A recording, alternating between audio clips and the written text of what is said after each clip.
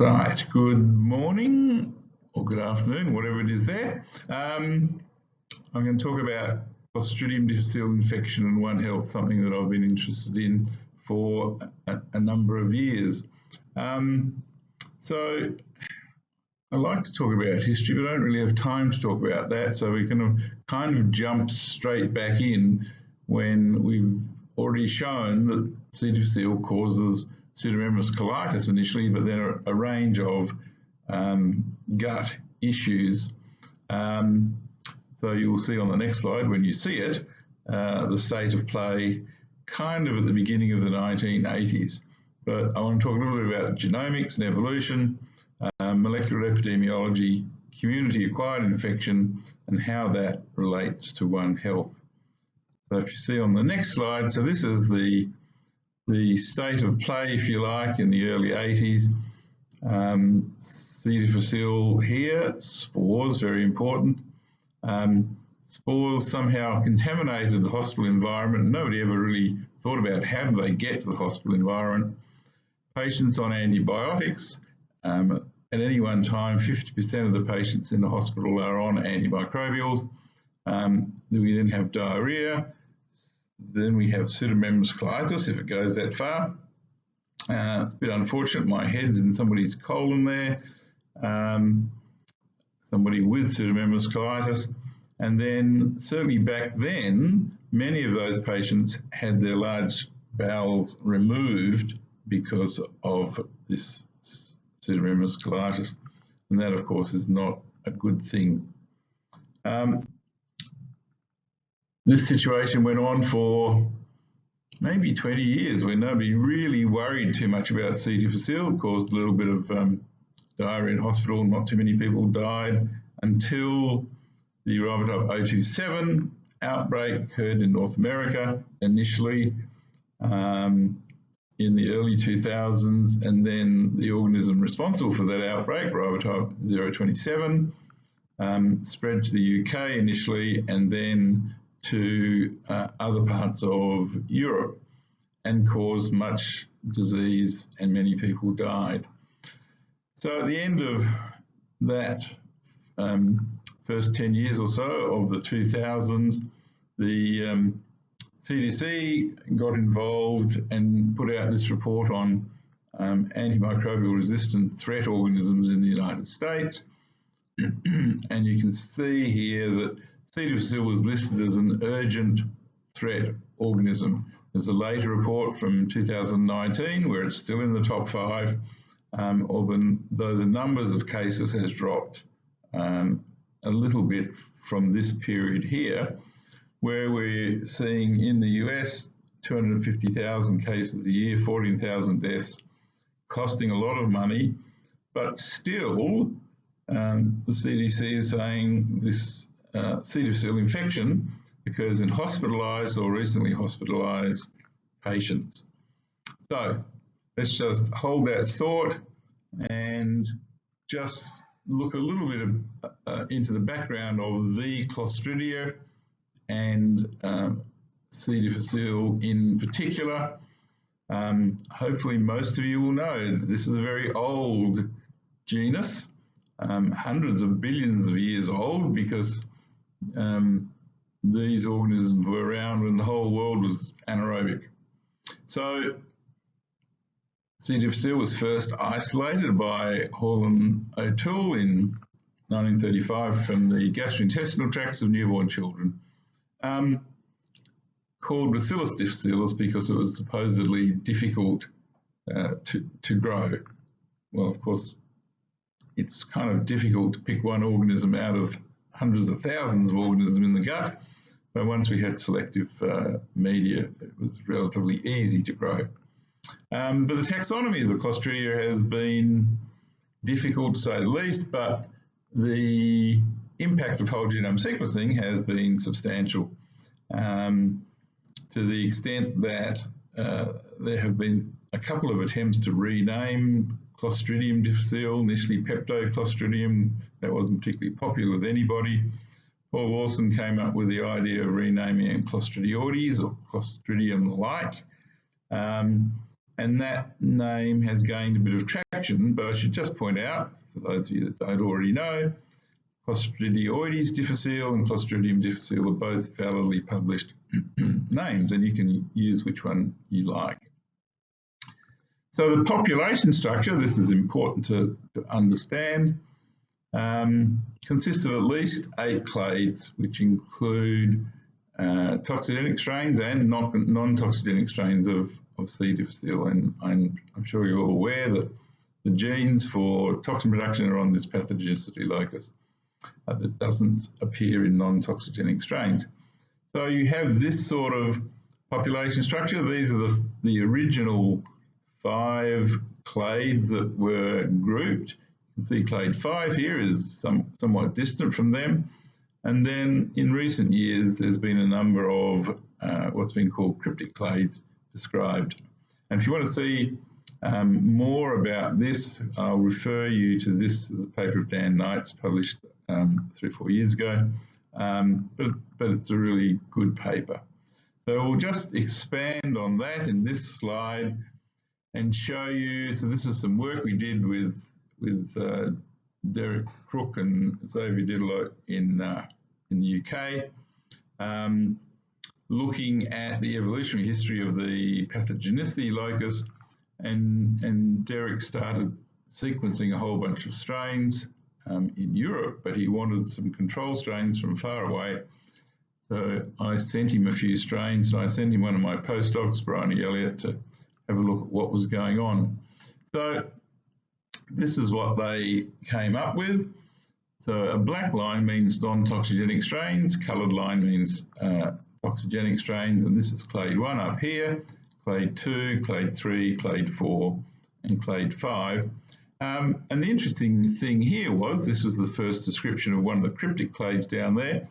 All these strains here with these sequential sequence type numbers, they're from the bunch of Australian strains that we brought with us, and they'd clearly never been described before. The other interesting thing is down here, you can see that even with this small sample of strains, clade 4 is predominantly non-toxigenic, with only a few toxigenic strains. And that's important.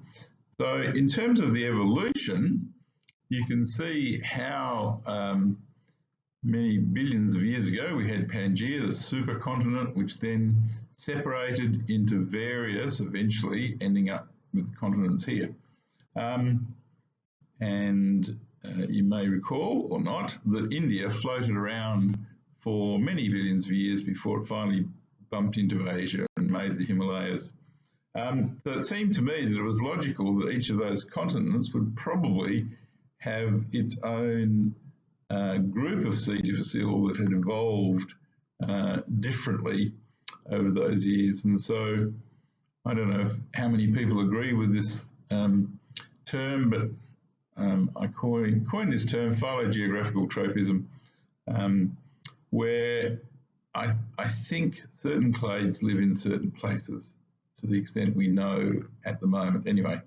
So clade 2 definitely North America, clade 1 Europe, clade 4 certainly Southeast Asia. I suspect there is another clade in India, and clade 5 probably lives in Australia.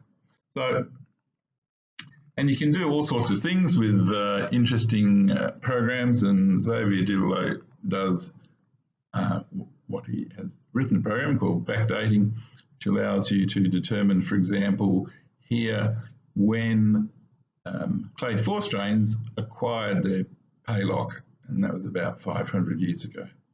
So, how do strains of C. difficile get around the world today? Well, of course, we have slightly more modern transport systems than this, but C. difficile gets around the world with population movements, and that can be human populations, as shown here, with Chinese moving into California in the 1850s for the gold rush. Most people won't know this, but 1/3 of the population of Norway, which is 800,000 people, moved to the United States and clearly brought European strains with them. But now the much bigger problem is that animals get transported all over the world, and there's not really a lot of checking of animals to see what they are carrying with them. So this is a big problem and clearly feeds into a One Health narrative that will come a bit later on. So if you look at the types of Clostridium difficile, most of you will know that most people around the world at the moment are probably still ribotyping, which was developed when the anaerobe reference laboratory was in Cardiff. And so you can see here notable types, ribotype 14, which whole genome sequencing tells you is sequence type 2. Very difficult to separate on by agarose gel electrophoresis. Separating 014 from 020 is quite difficult, and they often lump together. Same problem exists in clade 5 for ribotype 078 and ribotype 126, both sequence type 11s, but they are now often grouped together, and I'll mention this again in a few minutes. One other thing that sequencing can help you with, and sequence types. So this is some early work that Dan Knight did in our lab, where this is just a very small bunch of ribotype 14 strains from pigs and humans in the state of Victoria. And you can see here all ribotype 14, but anything that came from a pig, most of them sequence type 49, human strains are sequence type 2, and then there's a group in the middle that crosses those borders between pigs and humans, some of which can be very narrow borders, I should say, and they're sequence type 13. So that's something really interesting. And of course, sequencing also gives you the advantage that it tells you lots more about the strains. So you can see that the pig strains here, multiple antimicrobial resistance determinants, multiple transposons, lots of bacteriophages compared to the human strains. And you can see the issue with ribotype 026 and ribotype 078 on this slide. Some more of Dan's work. Sequencing a lot of ST11 strains, and you can see here ribotype 078 in this reddy colour, ribotype 126 in this purpley colour, and you can see these are human and animal and environmental strains. There's not actually any difference between them at all. So what I think happened in the early 1990s, which kind of stimulated this big increase in C. difficile around the world, is that in the 1990s, this drug called ceftiofur was licensed for use in animals in the United States. About 10 years later, it was licensed for use in animals in Australia. And from about this period, this is when the 027 outbreaks started to occur in the United States, and this is the time when we started to see an increase in C. difficile disease in Australia. So I think, in case you don't know, C. difficile is intrinsically resistant to cephalosporin. So why you would allow that drug to be put into animals, particularly production animals, is completely beyond me. So we'll come back to that. And as an aside, of course, ribotype 027, as C. diff does very quickly, mutated to fluoroquinolone resistance, and that was the one of the interesting markers for the strain of 027 that was circulating in the US and in Europe. So in Australia, we've seen significant changes, and this is a report put out by the Australian Commission on Safety and Quality in Healthcare, which shows that C. difficile disease in hospitals is very much declining, and in fact here, healthcare-associated hospital onset C. diff disease, less than 20% of all C. diff infection in Australia, whereas community onset, over 80% of separations. And they came to the remarkable conclusion that community onset disease is a significant health problem in Australia. So that brings us to this whole issue of One Health and what's going on. So I'm just going to show you this picture here because it's a forerunner to a story of a couple of outbreaks we saw in Australia which are clearly linked to food, not necessarily eating the food, but linked to food. So this is capillary gel electrophoresis, which gives you nice pictures. Ribotype 027 versus ribotype 244, and you can see with 244s and 027, there's only one band difference. And then this strain here, which is ribotype 251, again, there is only one band missing here with 251s.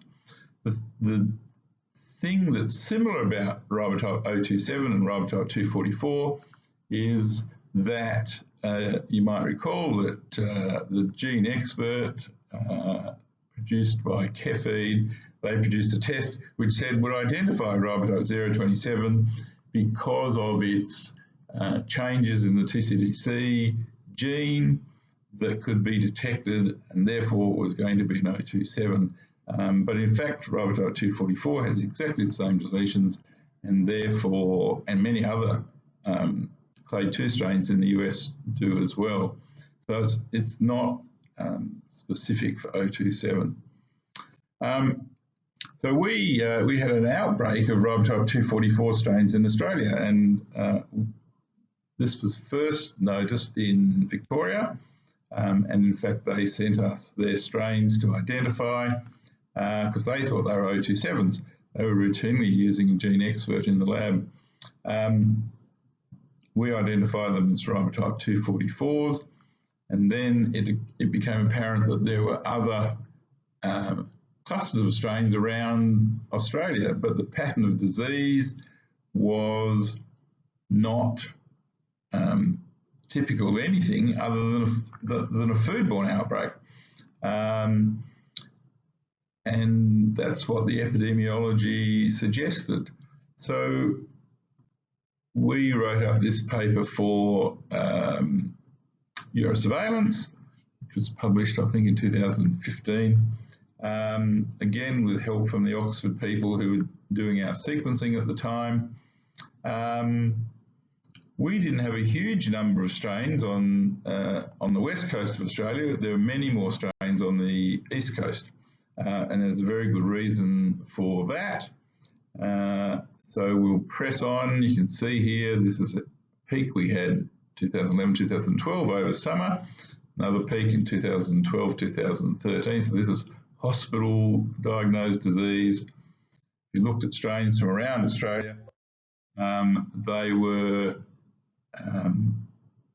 pretty well clonal. So you can get, for example, here, hospital in New South Wales and a hospital strain in Victoria, and they're identical. So it was immediately apparent to us that this was a clade 2 strain, therefore it had to have come from North America, and it appeared to be food related. And in Australia, we only import 4% of our food, 96% is produced locally. So you could very quickly identify items, large items of food that were imported in big numbers that would get distributed all around Australia. And the one that stuck out was in fact imported onions. And we only imported onions in Australia from the US. Onions require a lot of water, and if there was a drought, which there was on the east coast at the time, because we were in an El Nino effect and the east coast was in drought, unlike now, which is completely opposite. It's a La Nina effect. So drought, east coast, lots of onions got imported, but all the big supermarkets, they send onions all over Australia. So we've got a few of those onions in Australia, in Western Australia as well. So if you have a look at this, this is onion imports into Australia, and this is that year, big lots of onion imports in summer 2011, 2012. And if you look at the relationship between, this is West Australia, we only had 25 cases, but nonetheless, you can see onion imports go up, suddenly we get 244s, onion imports come down, numbers go down and eventually fade away for 6 months or so there. And then as soon as we start importing onions again, we get more cases of 244. To cut to the chase, I discovered exactly which farm these onions had come from here in California. There's only 2 farms in the United States were licensed to sell onions into Australia. And this is the farm here, and I talked to them and they got very nervous. You will notice, like all California, in from the coast, it's all irrigated via these channels or canals. And so I noticed this is taken with Google Earth, right opposite that onion producing farm. This is a cattle feedlot. And we know, it seems logical to me, that some of the effluent from this cattle feedlot was getting into the canal and getting pumped out onto the onions. And this whole region is full of these cattle feedlots. Interestingly, exactly the same thing was going on in New Zealand. They had an outbreak of 244s as well. Australia and New Zealand have exactly the same import regulations, and it's in fact called Food Standards Australia and New Zealand. And if you have a look at imports of onions into New Zealand in that same period, significant numbers of onions went into New Zealand. So I've talked a bit about the 244s, where the mortality of the 244 infections was about 40%. I'm just going to spend a few seconds talking about ribotype 251. So we also noticed this ribotype 251 had suddenly appeared. And so this might be a little bit difficult to read, but here we've got a 251 strain from Queensland, one from New South Wales, 2 from Western Australia, but from hospitals that are 300 miles apart. And this one down here is one we got from the United States. So all the Australian strains, by whole genome sequencing, have 0 SNPs difference between all 4 of them, and they're only 3 or 4 SNPs away from the US strain. So clearly that's where that has come from. So this is just an example that these certainly clade 2 strains are quite nasty. This is 3 cases that we wrote up a couple of years ago. Interesting strains. Case 1, or interesting cases. Case 1 was a typical elderly patient, 79 years old, comorbidities, had been given antibiotics for chest infection. She had severe disease, ribotype 251 isolated. She was finally treated with a fecal transplant and recovered. Case 2, the opposite end of the spectrum, 22-year-old university student, given some antibiotics for urinary tract infection. Same with her, she had multiple recurrences but did eventually recover. Case 3, 30 years old, so you wouldn't consider that to be old. She'd never had any antibiotics when she presented at a hospital just outside Sydney with severe disease. Eventually got transferred to a tertiary hospital. She ended up having her large bowel being removed, and then she died a couple of days later, and the surgeon kept ringing me up and saying, well, she's never taken any antibiotics. And I said, there must be some sort of risk factor. And eventually they came back to us to say she was a serial laxative taker. So these clade 2 strains, like I said, not to be messed with, but clearly the 251s came into Australia at the same time as the 244s did. So what are the sources of C. difficile for these community-acquired infections? Food, yes, mainly root vegetables, and it's probably not the food per se, not eating the food. It's probably the fact that food, particularly root vegetables, are covered in C. difficile, and then when they're getting cleaned in their kitchens, you're contaminating the kitchens, and we've shown that contamination. Meat's less of an issue, although in the United States where slaughtering practices are not so good, you do get a lot of meat contamination, so that needs to be considered. Notwithstanding these factors, cooking won't help because conventional cooking temperatures don't kill C. difficile. And then there's lots of other sources of C. difficile that we've come across, and we'll see a few of those in the next few slides. So animals in Australia, some more of the work that Dan Knight's done, 60% of calves are full of C. diff. Interestingly, no ribotype 078 in Australia, but we do have lots of ribotype 126, and in dairy calves in particular, ribotype 127, and then 70% of piglets. And interestingly, the most common strain we see in pigs is ribotype 14, which is the most common strain we see in human infections in Australia. So all these animals, I think, get colonised, and some of them get infected with C. difficile and get disease.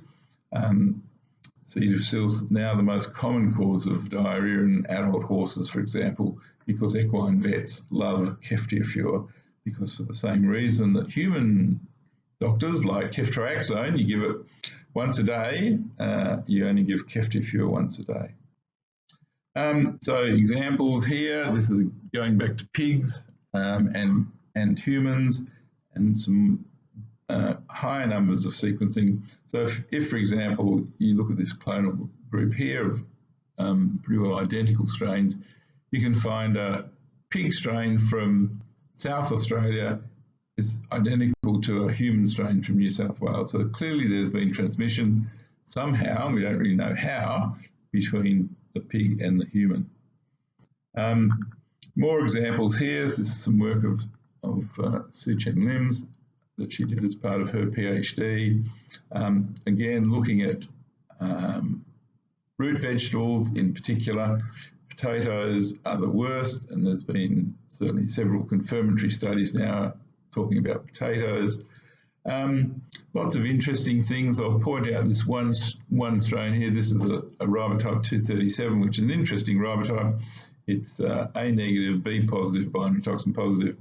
The only place you'll find that ribotype anywhere in Australia is in a pig farm in Western Australia. So that's clearly where that's come from, and that was found on a potato. So more examples, again, gardening centres. Gardening centres these days are full of C. difficile, and here you see that ribotype 237 strain, but also the 014-OTO strain is highly prevalent in anything you get in a gardening centre. And then another one of the top 3 strains we see in human infection, ribotype 056. You can look down here at this clonal group based on sequencing. A potato isolate, 2 human isolates, and 2 isolates from compost collected in Western Australia. So this is clearly how we're getting these strains transmitted from the environment to humans. Again, lawn. All the roll-out lawn, which everybody loves these days, certainly in Western Australia, is full of ribotype 014-020. And if you roll around on your lawn, you're liable to get infected. Last but no means least is water. And this again is ribotype 14 strains isolated from various types of water. And you can see that these are the 3 sequence types I mentioned that make up ribotype 14. So down here we have a clonal group of 6 or so strains. They're all sickness type 14. These are all human infections.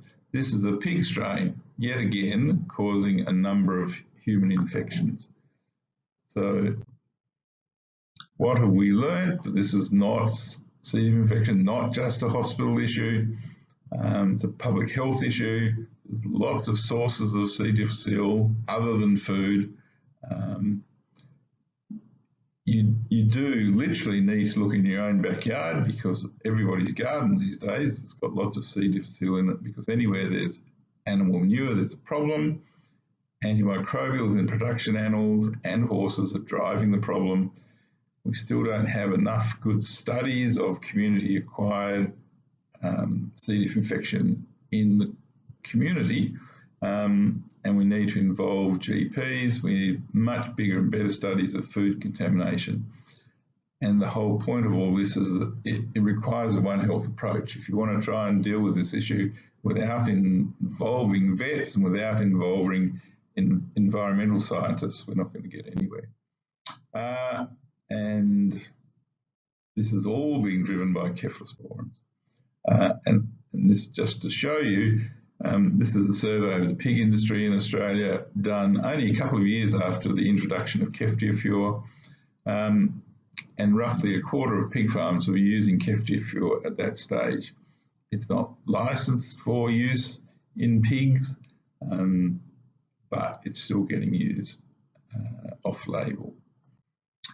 So this, as I said, One Health problem, animals, environment, humans, it's all interrelated.